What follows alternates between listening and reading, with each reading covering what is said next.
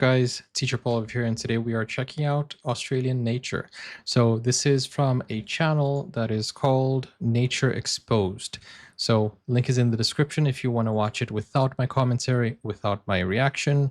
And this is an Aussie request from Aussie Deb, who says, here's another short one for now. Nami on wallabies. Enjoy. So Nami is a member here on the channel, and Aussie Deb is also a member. And Aussie Deb wanted to show us nature, so let's check this out. This is red-necked swamp. Red-necked and swamp wallabies. Let's go. Both the swamp and red-necked wallaby are marsupials native to Australia.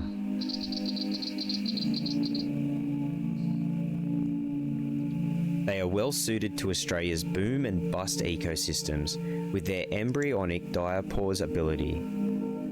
They're so cute and they look like mini kangaroos.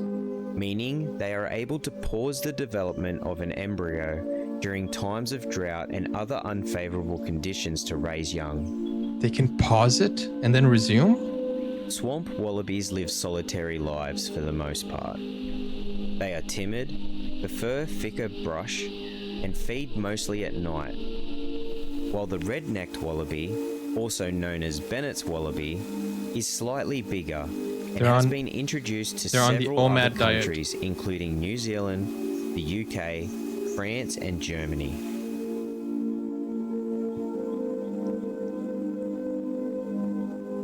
Although they are very similar in size, both wallabies have their own unique coloration. The swamp wallaby has a darker coat, being a dark brown with almost black tips on its extremities, its tail being the exception, usually featuring a white tip.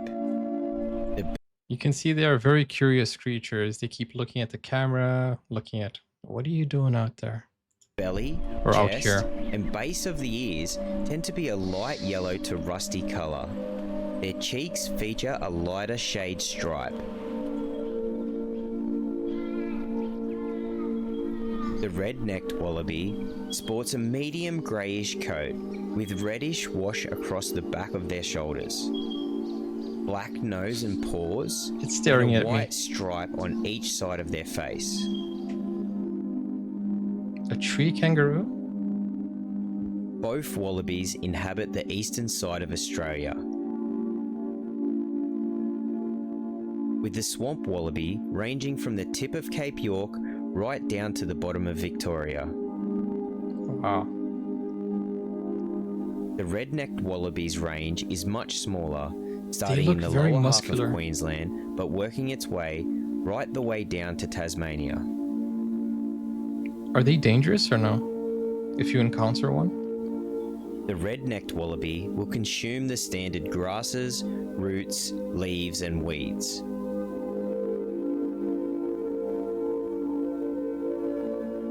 How fast can they While run? the swamp wallaby is more unique, as it appears to be able to tolerate plants that would usually be poisonous to other animals, such as lantana and hemlock. They're immune. The swamp wallaby's molar teeth are shaped different to the other wallaby species, which goes hand in hand with their preference for browsing over grazing.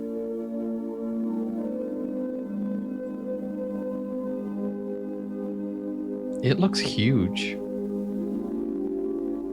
Newborns not for from both far. these wallaby species are born about the size of a jelly bean, weighing less than a Wow. gram. Once born, they will make their way to their mother's pouch where they attach to her teat. Here they will stay while they continue to develop. They eventually venture out of the pouch at about 5 months, but will return until they are about 9 months old when they leave the pouch for the last time. Dang. So it kind of feels like they are born the size of an embryo. This looks so much like a dog. That looks like it's a dog. Can you imagine if you're in this forest and then you see that and you're like, oh, nice doggy, doggy, doggy. And then it comes out and it's a wallaby. That is pretty cool. Anyways, as I was saying, feels like they are born as an embryo, like the size of a jelly bean. And then they grow 9 months in the pouch. It's kind of like an inverted birth, isn't it? That is so interesting. Can you imagine if humans were like that? Oh man. Can you imagine if they were born before and then they went back into the belly? Well, you know what I mean. That's interesting. That is pretty interesting. And dude, doesn't that look like a dog? It looks like a dog. You can see in their eyes how curious they are. You think that looks like a deer? No, I think that looks like a dog. It definitely looks like those caramel dogs. Look at the ears. Look at the ears. It looks like a dog. For me, at least.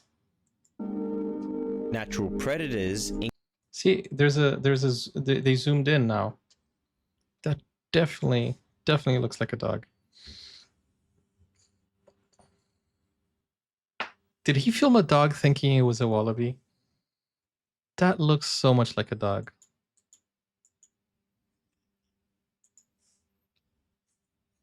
Natural predators include wild dogs, dingoes, and eagles.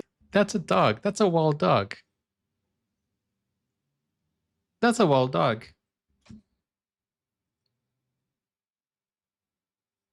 I thought it was a hidden wallaby. No, that's a wild dog.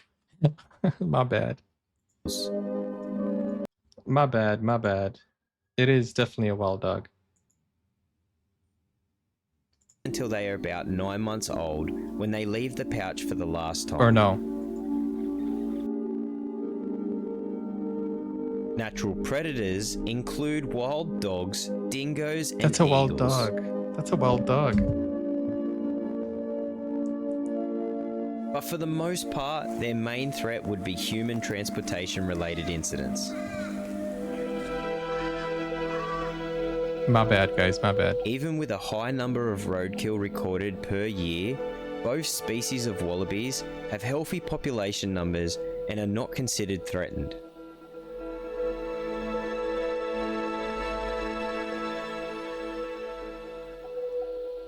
He was talking about the land predators, that's why. Hi, Hanzi. Welcome back to the stream. Tune in for next week's adventure as we enter into the peak of the red deer roar. Nice. Guys, go support the channel. The link is in the description as always. It's such a nice, it's so great to learn about nature, and it's a very well made video. So they are basically wallabies who live in the swamp. When I first heard swamp wallabies, I thought they were just living in the swamp, you know, but they swim, but it's not like they are water based, you know what I'm saying? That was really nice. Really interesting. I love how Australia is like so unique with animals and different things that are native to Australia. It's always really nice to learn. So thank you so much to AussieDeb for requesting this video and teaching us a lot more about Australia. If you have something interesting you want to show us, go over to Buy Me a Coffee. Click over here for my Australia playlist if you want to watch more, and I'll see you. Bye-bye.